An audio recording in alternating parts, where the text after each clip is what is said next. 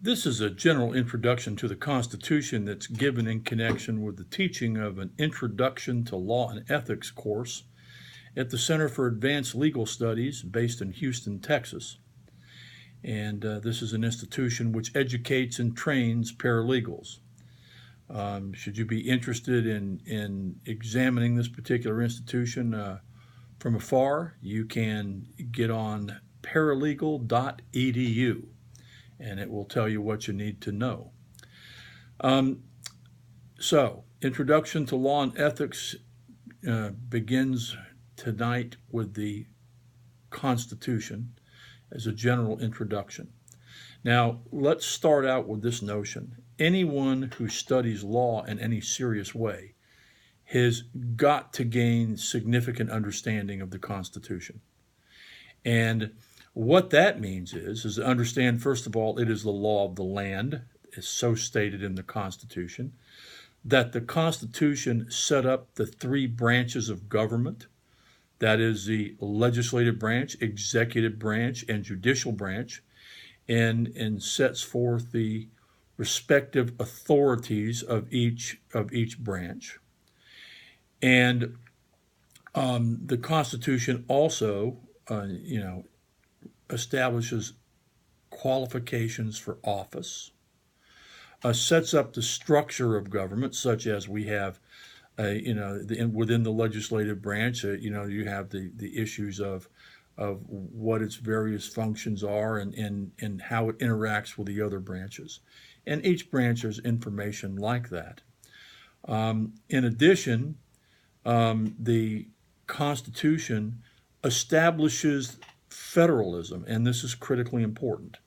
The reason it's so important is because the idea of dual authority, there's a certain genius behind it, especially today, where we have 50 states with their own kind of unique features and sometimes unique problems. As a comparison and contrast, you've got Texas. If you compare that to Rhode Island, there's a lot of differences, okay? And of course, one is size, and it makes a heck of a lot of difference when you think about it, with all the roads and all of this associated with it. So, the notion of federalism means that you have state governments with a degree of state sovereignty. And then there's a federal government, a national government, if you will. And the beauty of it is that it allows for the creation of a national infrastructure. That is, for example, the fact is that no matter what state we drive in, we drive on the same side of the road. In other words, the states don't, one state doesn't say you drive, on this side of the road, and another state says you drive. No, that's not right. We're going to do it a different way. There are specified powers granted to the federal government that allows them to create this infrastructure that is so critical to us as a nation. And the framers of the Constitution gave the powers, to the federal government to allow them to do that, to create a great engine of commerce, and to establish liberty rights, to protect the people here. And so it's a truly important foundational document. So first order of business, this is what I want you to do as a student. I want you to, first of all, read the predecessor to the Constitution, that is the Articles of Confederation. And it is the original document, foundational document of the United States, this Articles of Confederation. And it was fully in effect in 1781.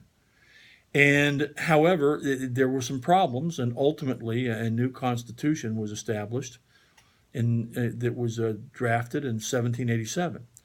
So you need to look at the Articles of Confederation, and you need to look at the U.S. Constitution itself to get a feel for things. Okay, and so once you've done that, we will be in a position to have a real discussion, because The fact of the matter is, it's not what you think the Constitution is that counts. It's what it actually is that counts. Okay, so please do that, because the next time we get together, we're going to go through the Constitution, and I want you to be reasonably comfortable and relatively informed when we do that. And you can't do that unless you read the Constitution and also its predecessor document, the Articles of Incorporation. Keep in mind that during this period, we're going to have we've got the hurricane we're dealing with, and then we've got the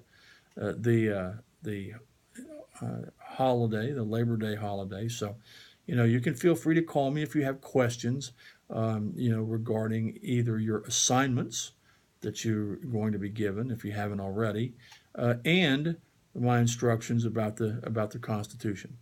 So, at any rate, keep in mind what its main features are. It establishes the branches of government, that it sets forth the powers of the federal government.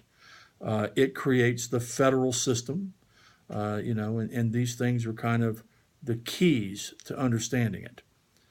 All right, I'll leave you to it.